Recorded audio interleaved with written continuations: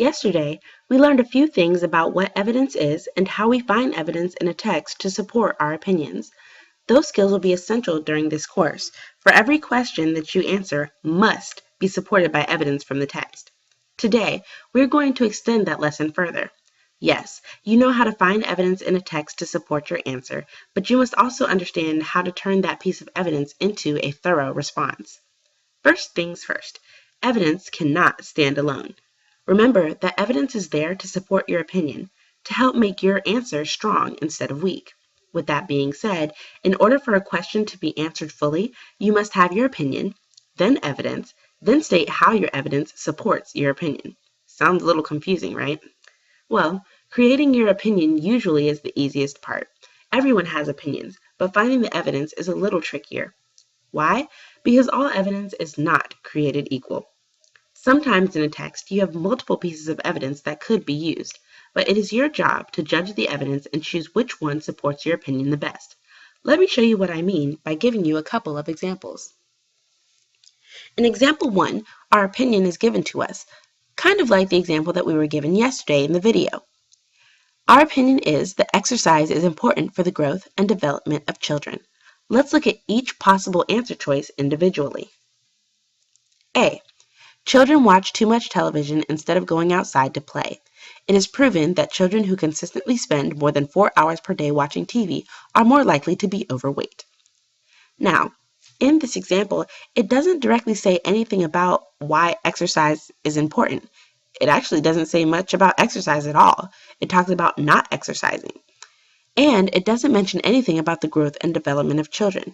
Yes, it is good for children to not be overweight, but other than that, it doesn't talk about how exercise goes with growth and development. Therefore, this wouldn't be the best to use as evidence for this opinion. Let's look at B. Many children love to ride their bikes outside and on trails through the forest, but others would rather become couch potatoes. Once again, it kind of talks about exercise when it says that children love to ride their bikes outside, but it doesn't really mention anything about growth and development of children, other than that they could become couch potatoes. It doesn't mention anything about exercise being important for growth and development, and so, because of this, it wouldn't be a good one to use for this opinion. Let's look at the last one. Children who are active and participate in activities that increase their heart rate will have stronger muscles and bones and lower blood pressure and cholesterol levels. First, it does mention exercise, active, participating in activities that increase your heart rate. That describes exercise. Then it says that if you do these things, then you will have stronger muscles and bones and lower blood pressure and cholesterol levels. Well, in order for children to grow and develop, they must have strong muscles and bones, and lowered blood pressure and cholesterol levels is essential for healthy children. Basically, C would be the best piece of evidence to use to support this opinion. Let's look at another example. In this one, our opinion is that smoking cigarettes is harmful to your health. Let's look at each evidence piece individually. A. The mixture of nicotine and carbon monoxide in cigarettes temporarily increases your heart rate and blood pressure, causing strain on your heart and blood vessels. Well, first of all, carbon monoxide and nicotine are proven to be harmful to our health. And whenever it increases your heart rate and blood pressure, that's never good. Causing strain on your heart and your blood vessels, well, straining things could cause things to pop, and you never want anything in your heart or your blood vessels to pop. Therefore, it would be harmful to your health. A looks like a very good piece of evidence to use to support this opinion, but let's look at B and C just to make sure. B. Cigarette smoke smells badly, and that smell sticks to your hair and clothes. The harsh smell then causes others to limit the time that they spend around you. Well, for this example, it seems to focus more on being harmful to your social health versus your physical health, which is what is being described in the opinion. So this wouldn't be the best to use for this opinion statement. C. Secondhand smoke is bad for the people around you. It can cause heart disease, lung cancer, and sudden death in infants. Well, the first thing that my eyes directly go to is heart disease, lung cancer, sudden death. all things that are definitely harmful to one's health. But then if you look at the first part, secondhand smoke is bad for the people around you, you notice that it's not specifically about smoking cigarettes harmful to your health, but to others' health. The opinion statement specifically says your. So this one wouldn't be a very good example to use because it talks about the health effects of others and not yourself. Basically, although there is evidence that is related to your topic or your question answer, some evidence doesn't fit like other evidence will. So, thus far, you've seen how to find evidence and how to evaluate evidence. Now, you must put both pieces together. This is what I call the so what section. In this portion, you must explain why your evidence supports your opinion and why both answer the question. Let's go back to the clothing example from yesterday. You remember when your parents ask you why you need money for new clothes when you already have some perfectly good clothing in your closet. In order for me to ace this answer to my parents, I must answer with my opinion, cite my evidence, and explain why it matters by answering the so what question. So here's how my answer would look. I need new clothes because in the past month I have grown a few inches taller and have gained weight too. Last month I was 5'5" and 130 pounds, but this month when I went to the doctor's office, they said that I was 5'7" and 140 pounds. The clothes that are in my closet are designed for a smaller me, but since I have grown, I must have clothes that fit my newly increased body size. See how easy that was? Of course, I just used a non-text example, but the concept is still the same. Now, you just have to transfer it to English class. Let me give you a few examples of text-dependent answers to show you what they would look like in English. Emerson believes that people must accept who they are and embrace their talents and their minds. We've all been taught the saying, no pain, no gain. Emerson goes one step further, claiming that a man is relieved and gay when he has put his heart into his work and done his best, but what he has said or done otherwise shall give him no peace. It is a deliverance that does not deliver. He is explaining here that one's heart truly needs to be dedicated to his task in order to reach fulfillment. Achieving fulfillment is, in essence, a step towards self-reliance. Let's break this down to see if he aced the question.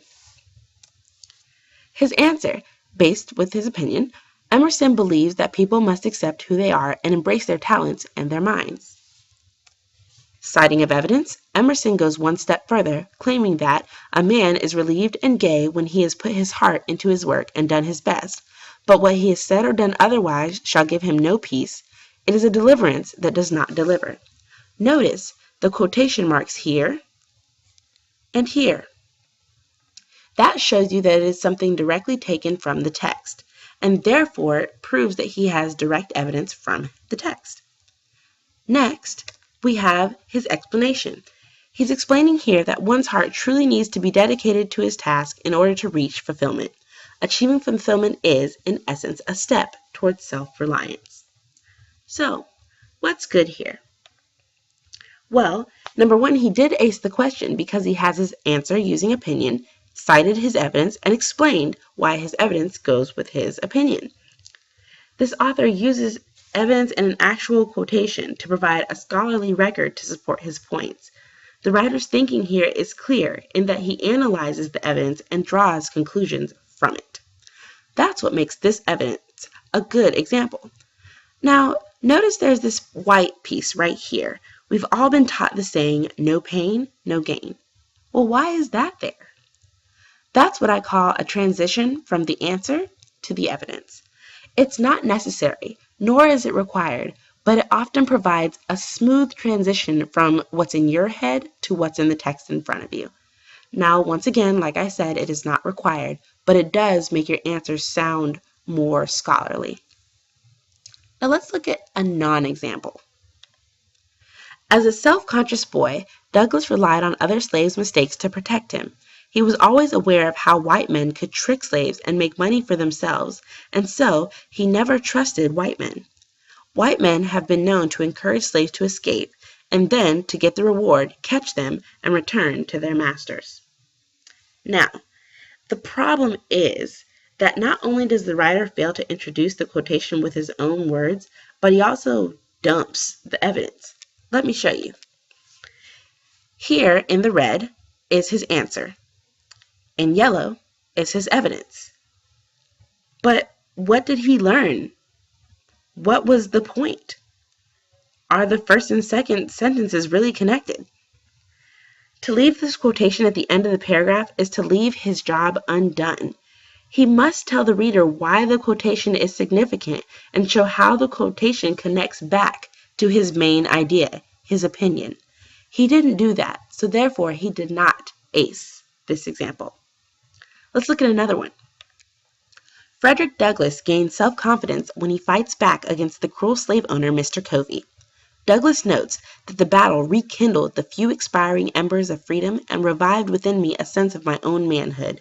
It recalled the departed self-confidence and inspired me again with a determination to be free. This quotation alone captures the essence of Douglass's feelings after his self-reliance was challenged by his slave master and he prevailed. Now, what's the problem? This use of evidence does not work because the author does not show why the evidence is important or what it does.